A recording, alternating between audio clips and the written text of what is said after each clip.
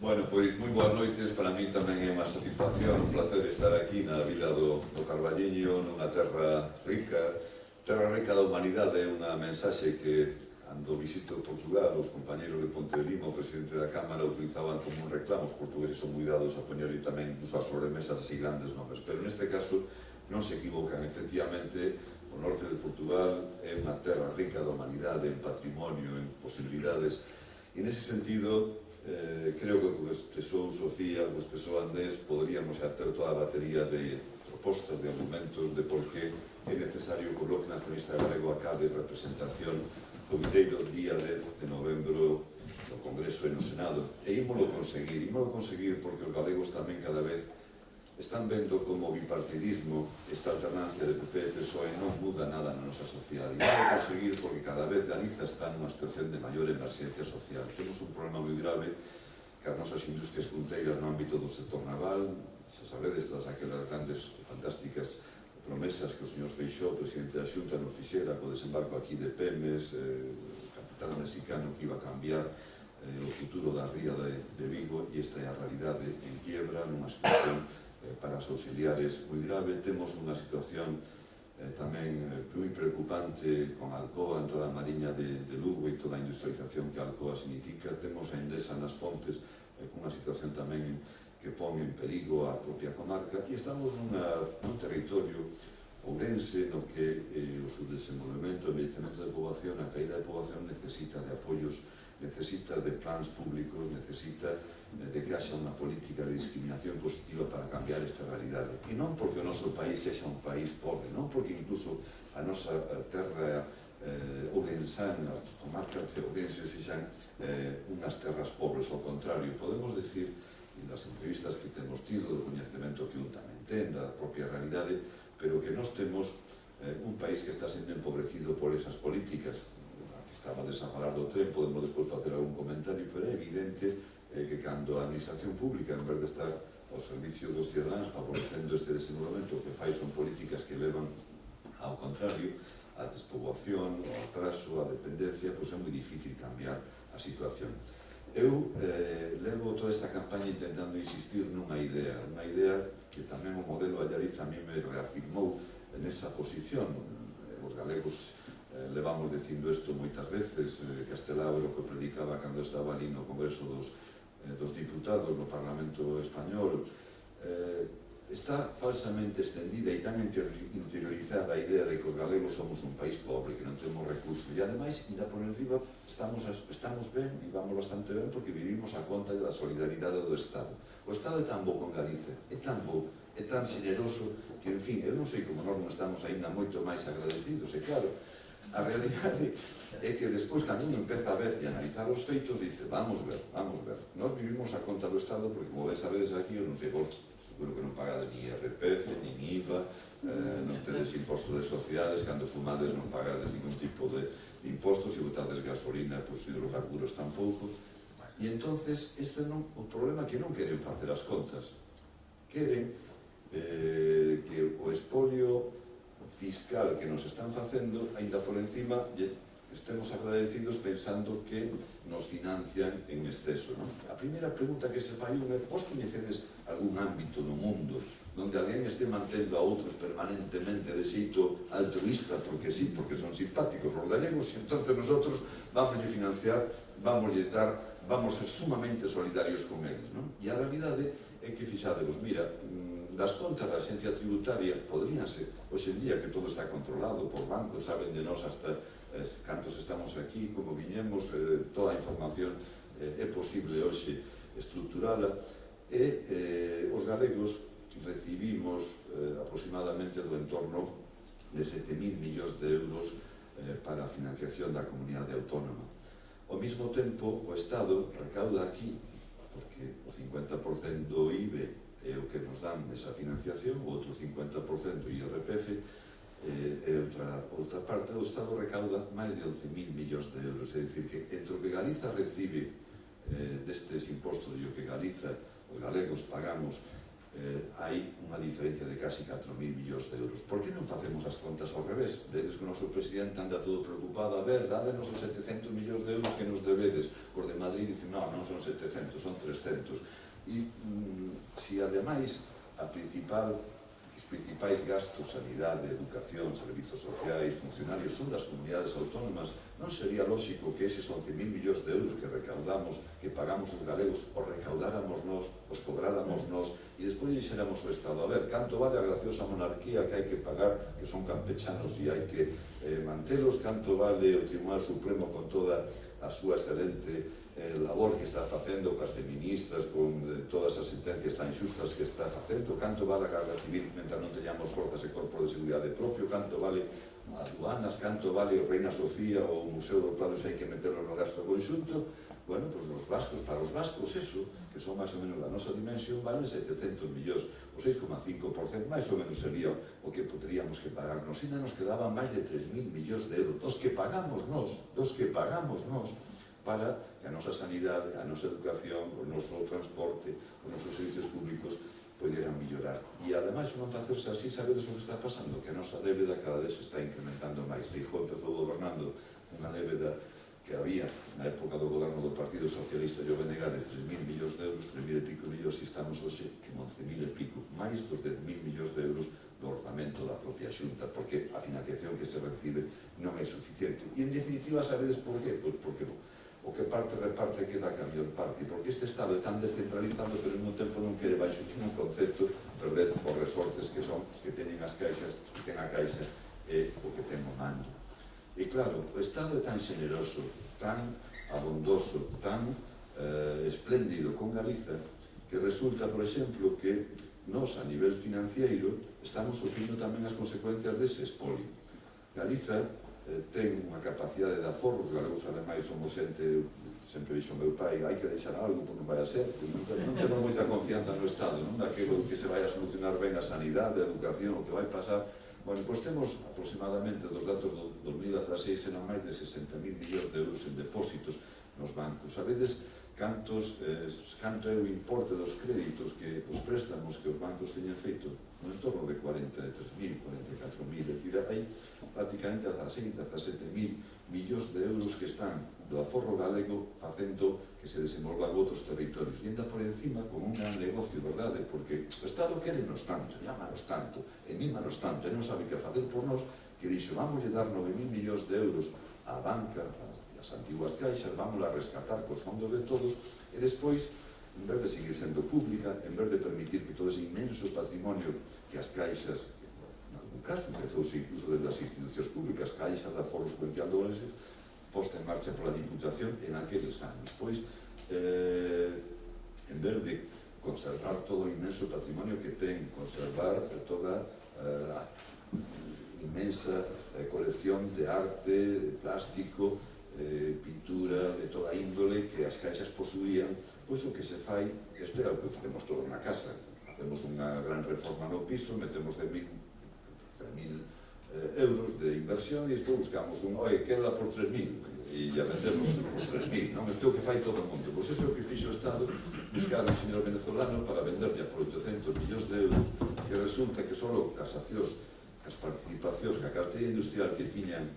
as caixas, pois, na autopista del Atlántico, en R, na carteira industrial, pois prácticamente amortizou esa inversión. E agora, claro, resulta que hai moitos concellos, creo, non sei se hoxe tamén viñan na rexión unha noticia destas características, onde a xente non ten ningún caixeiro para poder sacar diñeiro, non hai entidades financeiras, non hai sucursais bancarias, e obviamente no rural e en calquer ámbito eso é absolutamente preciso. Por tanto, fixademos que xenerosidade a dun Estado en relación a non contar Galiza con entidades financeiras propias son fundamentais para poñer en marcha, para desenvolver un país.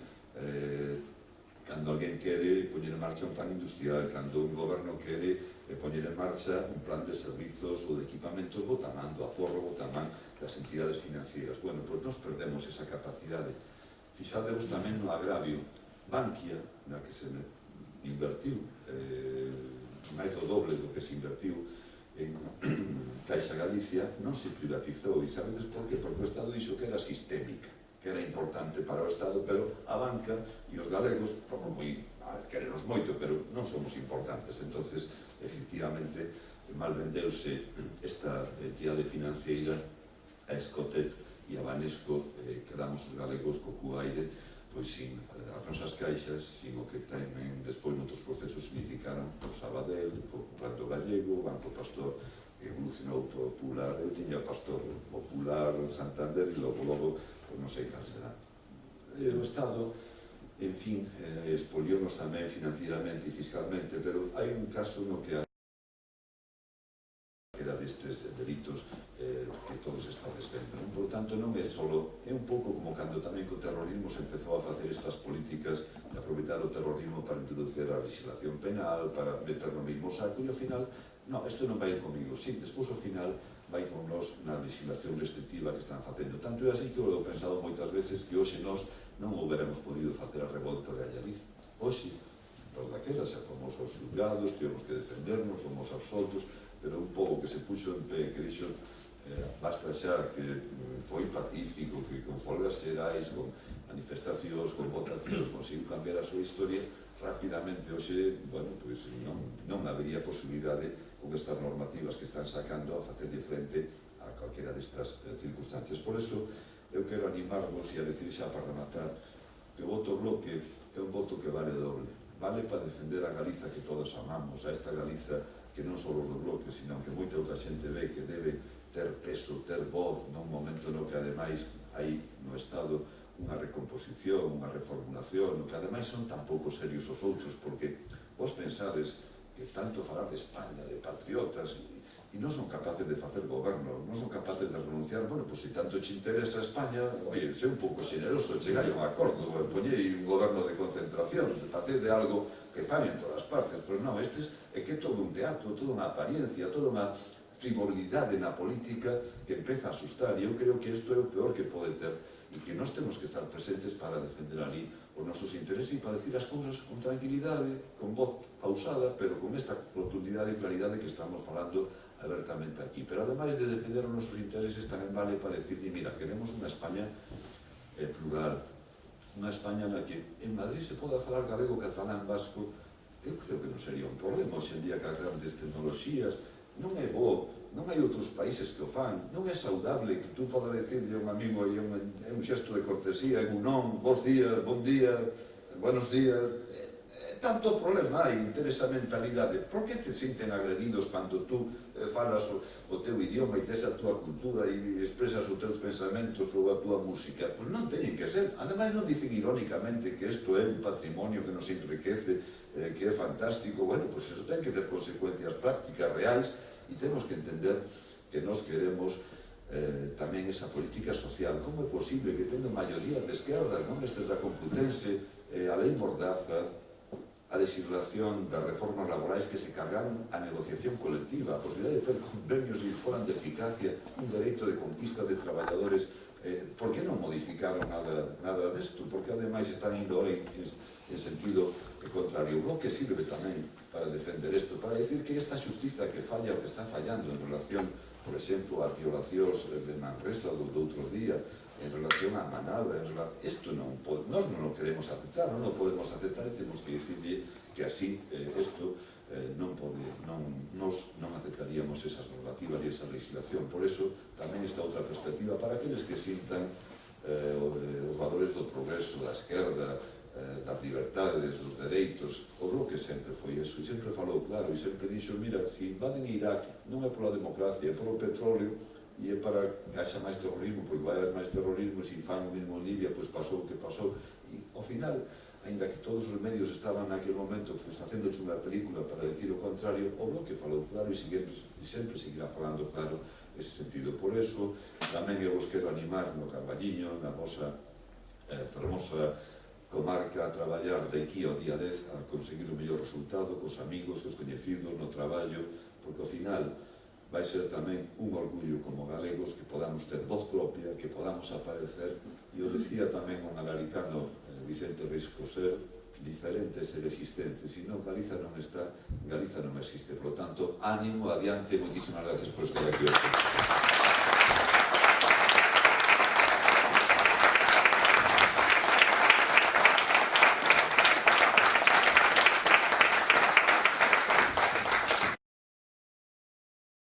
O espolio é realmente sangrante, non lle o enerxético. Eu tiña ocasión de estar onte en Castrelo de Miño, diante daquele fantástico embalse, traballo hoxe de secretario interventor na Mezquita e en Viana do Bolo, e vexo tamén todas aquelas presas que Endesa ten ao redor de Viana do Bolo, e dices, como é posible que os galegos que producimos o 10% da enerxía de todo o Estado, dice pronto, exportamos aproximadamente o 40% desa enerxía, aínda habendo grandes consumidores como Alcoa, que antes decíamos que son industrias electrointensivas, por certo, por non ter unha tarifa adecuada, están en perigo no seu futuro, aínda así exportamos o 40%, e os galegos estamos tendo que pagar a mesma factura de luz, a mesma tarifa que en calquer outro lugar do Estado, onde, se un tamén vai saindo pola Canda e o Padornelo, verá que hai unhas inmensas torretas. Non pensedes que é para importar luz para Galiza, é para exportala, é dese 40% que nos vendemos. Bueno, pois, unha das cuestións que van no recibo son os peaxes de transporte e demais, o normal, porque todo o mundo sabe que as laranxas en Valencia son máis baratas, porque non teñen, entre outras cousas, o transporte. Pois, nós que temos o noso petróleo na enerxía eléctrica, nós que poderíamos valernos dese petróleo para que as nosas industrias, para que o pequeno e mediano empresariado pudera poñer en marcha proxectos con esa vantaxe comparativa, para que os consumidores tuéramos unha tarifa atendendo a esta circunstancia, non só non é así, sino que a pagamos igual co Estado. E estes días, non sei se recibiste unha atenta carta do Naturgy, que ahora se chama así, a nosa nova empresa, a mesma empresa que antes eran de aquí, tamén, aí tamén foron emigrando. Cada vez o rendemento que temos os galegos de actividade económica, en vez de servir en plusvalías ou en beneficio para o país, márchase para fora. Nos pagamos todos os días uns peaxes inmensos cando vamos, por exemplo, para a A9, pero dun fondo de inversións xa non se sabe de onde, non? E cando nos lle pagamos a estas eléctricas, pois tamén están os bancos por detrás e outros fondos que antes, pois podía decir, bueno, ainda ese beneficio se podría reinvertir no país. Bueno, pois esta atenta carta vos dirá que as eléctricas, as pobres que non ganan nada, entonces recurriron ante o Tribunal Supremo por culpa dunhos cánones e dunhos impostos á produción eléctrica que lle puxo a Xunta de Galicia no ano 2013 e que, polo tanto,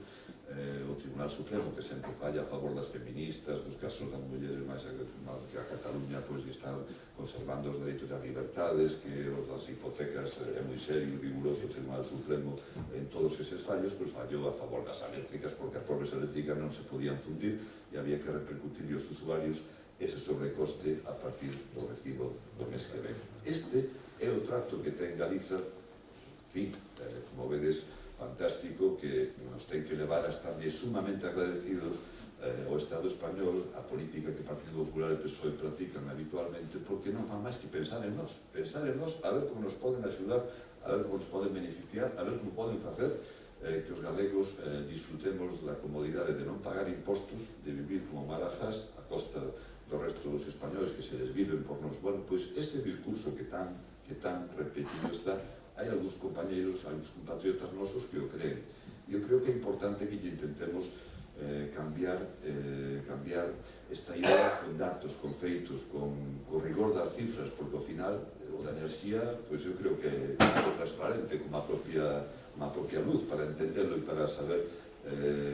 que non hai razón alguna ter este comportamento co noso país. Falaba antes Sofía da alta velocidade, da mobilidade. Eu creo que dicía outro día na prensa, así nun término moi coloquial, o maior vacile que temos recibido os galegos en política así ao largo destes últimos anos, xa son bastantes, ten sido a chegada da alta velocidade e a política que se ten feito. Unha especie así de bienvenido Mr. Marshall, vai chegar o AVE, vai ser de tal magnitude o cambio e a transformación, que empezou Abel Caballero alá por 80 e pico dicindo que iba a chegar no 93, pasou don José Blanco, doña Ana Pastor, non sei cuántos outros ministros, estes galegos ademais, e seguimos esperando por o AVE. Por certo, vai entrar en Ourense sin solventar ningún dos problemas graves que calquera cidade se aproveita cando hai unha infraestructura destas características para eliminar a barreira que significa o paso do tren entre a ponte e o resto dos barrios para aproveitar parte desas superficies e ese soterro. Hai unha variante para espacios públicos, vaise facer, e isto tamén é curioso, non? Como cambian PP e PSOE actúan, como ela decía, cando estaban no goberno, pois decíamos do PSOE o ministro do PP, o que vai facer na estación é un pendello, cambiou o goberno e agora dinlle os outros, é un pendello, pero os outros defenden o pendello. E ainda por enriba non se trata, non queremos que se faga ningún dispendio de un edificio de Foster, nem 30 millóns, eu creo que é un absurdo que se meter unhas constructoras nesta dinámica, pero tamén tapar a estación, que é o único bonito que hai no edificio pola parte de adiante, con unhas construccións como as que van facer, realmente non ten moita lógica. Pero isto, ademais, levou a que nos quixeran inmovar esquecer a necesidade de que nos viaxamos, necesitamos esa comunicación entre vilas, entre cidades, non só vamos marchar a Madrid, vamos ter necesidades, sobre todo, da mobilidade, de proximidade que hai en todas partes, as cercanías que hai en Cataluña, no País Vasco, na propia área de Madrid, calquera cidade, é fundamental manter esa rede. Bueno, pois, nós que estamos sufrindo o impacto dese AVE, os todo ese que trae, como vos decía, Lana Mezquita, pois toda a línea que ven dende a Vila Bella, Campo Becerros, Celde Delo, Vilar de Barrio, Baños de Molga, hasta Bodela, cero. É dicir, están sufrindo as consecuencias de toda unha agresión da nova construcción, do que significou o propio AVE, e quedanse sin servicio de ferrocarril. Zonas que necesitarían o ferrocarril porque é a zona, porque é o medio máis fácil que terían para poder chegar a Ourense, como toda a zona de Laza, Cerdedelo, Campo Becerro, Vilar de Barrio, onde os Allariz, xa que existes as vías novas, o mellor houbera sido mellor poñer Berín, Xinzo, Allariz e utilizar tamén isto, pero bueno, xa foi, non? No libro xa foi, pero o que xa está, e no vosso caso do Carballiño, que xa ilustraste, de non vou entrar nel, é indicativo tamén do que nos quere o Estado, do preocupado que está, porque nos avancemos, progresemos e sigamos neste camiño. Por eso, ainda que sexa así a modo un pouco de monólogo, de contacontos ou de retranca galega, eu creo que a veces a retranca é necesaria tamén para coñecer a propia realidade. Fixadevos, outro día aprendíme unhas cifras que me comentou o noso compañeiro concelleiro na Rúa, porque a súa muller é vasca, e diceme, Paco, mira, Euskadi collería territorialmente na provincia de Ourense. Os vascos teñen 600.000 habitantes menos que a nos. Son 2 millóns, uns 2.600.000. Os vascos teñen 18 diputados, e facíame a pregunta así a modo castelao, cando lle pregunto ao fillo ali, que tamén é moi de actualidade, non? Estando na beira do Miño, pai, cales son máis estranxeiros, os da banda de Alá ou os de Madrid? E dice, non se sabe o que lle contestou o pai, non? Eu creo que sí que se sabe o que lle contestou o pai, non sabémoslo, non? Pois, preguntábame el, quen pensas que pesan máis, os 18 diputados de Euskadi ou os 23 diputados que temos nos en Madrid? E por que pesan máis os 18 diputados? Bueno, pois basicamente porque van ali a ser diputados de Euskadi, non van a ser diputados de Pablo de non sei que, de Pedro de non sei cuánto, van a ser diputados do seu país a defender que nos orzamentos se contemplen as inversións correspondentes, non pedir ningún tipo de cuestión rara, pedir unha tarifa eléctrica para o País Vasco, para a súa industria, porque teñen posibilidades para facelo, para defender, bueno, pois, os seus sectores económicos e sociais. Por eso, hai veciños, mira tú, en Allariz, que non se empadronan ainda ali porque non queren perder o servicio de saúde vasco. Porque teñen equipamentos e servizos que fai posible, como digo, que a financiación e con esas políticas que lles vaya moito mellor que a nós. En ese sentido, eu creo que nós xa debemos cansarnos desta política. A mí o debate recordábame outro día, eu non sei se vos acordades do primo de Zumosol. Entonces, cando falas cos daqui, todos teñen un primo de Zumosol. Bueno, pero para que queremos un primo de Zumosol se que nos tiñamos que defender, que podemos levar, quen millor que nós mesmos vai poder defender os nosos intereses, levar ali as nosas propostas? Estamos falando, por exemplo, estes días co semellante retornado. Dices, como é posible semellante injustiza fiscal, que a persoas que diron o mellor da súa vida, que estiveron, quen non temos na familia xente, familiares que tivo esa circunstancia vital, e ainda por riba, agora, estén sendo castigados fiscalmente por o feito de que reciban dos pagadores, unha pensión por Alemania, por Suiza e outra por aquí, por lo tanto estén cotizando, estén pagando máis que unha mesma persona de aquí xubilada que cobre idéntica cantidade. Bueno, isto só se explica, como digo, pola ausencia dunha voz galega que defenda ali os nosos intereses. Temos a oportunidade, temos a posibilidade de poder facelo. Como decía Sofía, eu estou convencido por os apoios que recibimos, pola expectativa que ten o BNG, que nesta ocasión o vamos conseguir e vamos facer posible que a partir do 10 de novembro podamos decir todo isto en Madrid, no Congreso, no Senado, e podamos decir as cousas claras, podamos decir que o Estado español é un Estado plurinacional, pluricultural, que se España só é flamenco e toros, a nos deixanos descolocados porque nós non temos eso, nós somos de Muiñeira, somos de Magostos e, por tanto, hai touros, hai bois, que é moi distinto, hai carne de boi, a festa do boi ten origen xudeo, pero non vamos a entrar nese sentido. E eu mesmo podo decir que a min pode apetecer moito cando visito Andalucía ver o flamenco e ver as súas raíces, pero non se pode descoñecer cando falaba Castelao de que queríamos esa España con H, da que nos sentíramos a gusto, pois tens que entender que España é diversa, que é plural, que os catalás é loxiu que defendan os seus intereses e ainda por encima os queres impedir o seu autogoverno e utilizas a xustiza e todos os resortes do Estado, que ao final dá medo porque non é o problema dos catalás, é que por esa regla de tres, hoxe xa se pode, acaban de aprobar, sin ninguna outra consideración, que o Ministerio de Economía pode suspender páxinas web, pode suspender sin ningún tipo de orden judicial estas cuestións, e acaba generándose unha dinámica na que calquera discrepante, calquera persoa que pense distinto, calquera movilización é rapidamente acusado de terrorismo, de